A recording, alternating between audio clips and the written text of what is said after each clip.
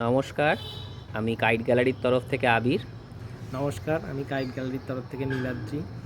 তো পেশাগত দিক থেকে আমরা দুজনেই ফটোগ্রাফার, দুজনেই ওয়েডিং ফটোগ্রাফি করি, সবাই তোমরা জানো। কিন্তু যেহেতু ঘুড়ির নেশা, তাই সেই নেশা থেকেই আমরা একটা ছোট্ট উদ্যোগ নিয়েছি, সেটাও তোমরা জানো।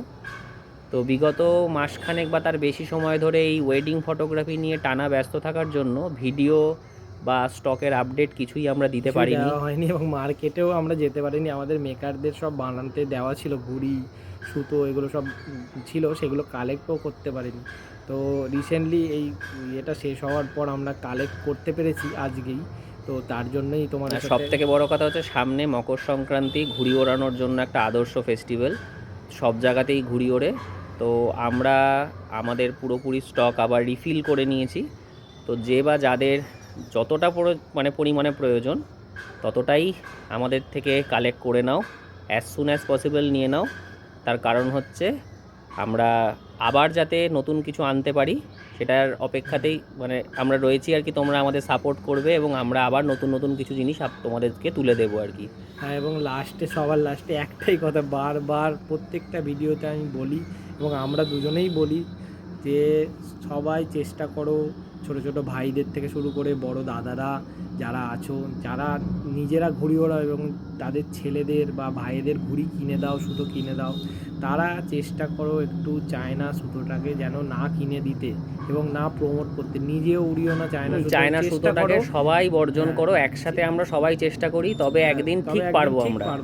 চেষ্টা করি আমরা, যে আমি ওড়াবো না, ঠিক আছে, চেষ্টা এবং করি আমার চারপাশের দুজনকে আমি অন্তত বারণ করব। আমাদের ছাদ থেকে ধরুন 3-4জন ঘুড়ি ওড়ায়, আমি নিজে ওড়াবো না, এবং আমার ছাদ থেকে যারা ওড়াবে তাদেরও চেষ্টা করব যে তারাও যাতে না ওড়ায়, কি পাশাপাশি আরও বন্ধুবান্ধবদের চেষ্টা করব যাতে না ওড়ায়।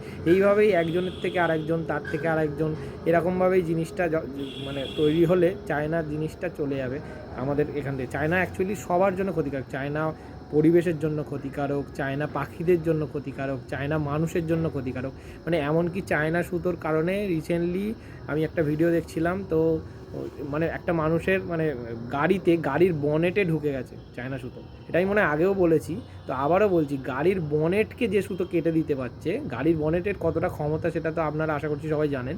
গাড়ির বনেটকে যে সুতো কেটে দিতে পারছে, সেই সুতোর মানুষের গলা কাটা কোনো ব্যাপারই না। মানুষের গলা তো আমরা তো চাই না মাংসের জিনিস। কেউ আমরা ঘুড়ি ওড়ালাম, সেই ঘুড়িটা কেটে একটা কোনো ওভারব্রিজে পড়লো বা কিছু পড়লো, সেই সুতো আটকে কারোর প্রাণঘাতী হোক, সেটা তো আমরা কেউ চাই না। তো সেই কারণে সবাই একটু চেষ্টা করো যাতে চায়না সুতোটা বর্জন করে। আমরা ছোটোবেলায় ফিরে যাই না, ছোটোবেলায় কি চায়না সুতো ছিল না? আমরা সুন্দর মাঞ্জা দিতাম, কেনা মাঞ্জায় ঘুড়ি ওড়াতাম। এখন হয়তো সময় নেই সবার কাছে, মাঞ্জা দেওয়ার মতো জায়গাও নেই আগে যেরকম জায়গা ছিল।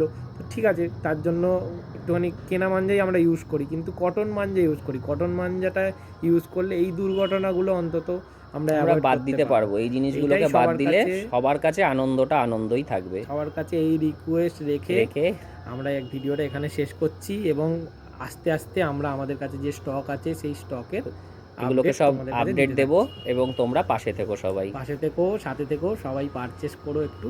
আমরা চেষ্টা করব যে ভালো কোয়ালিটির জিনিস একদম মিনিমাম লাভ করে, যেটুকুনি আমাদের খরচা সেটুকুনি লাভ করে দেওয়ার, এবং সবাইকে এই কটন সুতোতে ফিরিয়ে আনার এই উদ্যোগটা নিয়ে আমরা এগিয়ে চলেছি। সবাই একটু সাপোর্ট করবেন এবং ভালোবাসা দেবেন। ধন্যবাদ।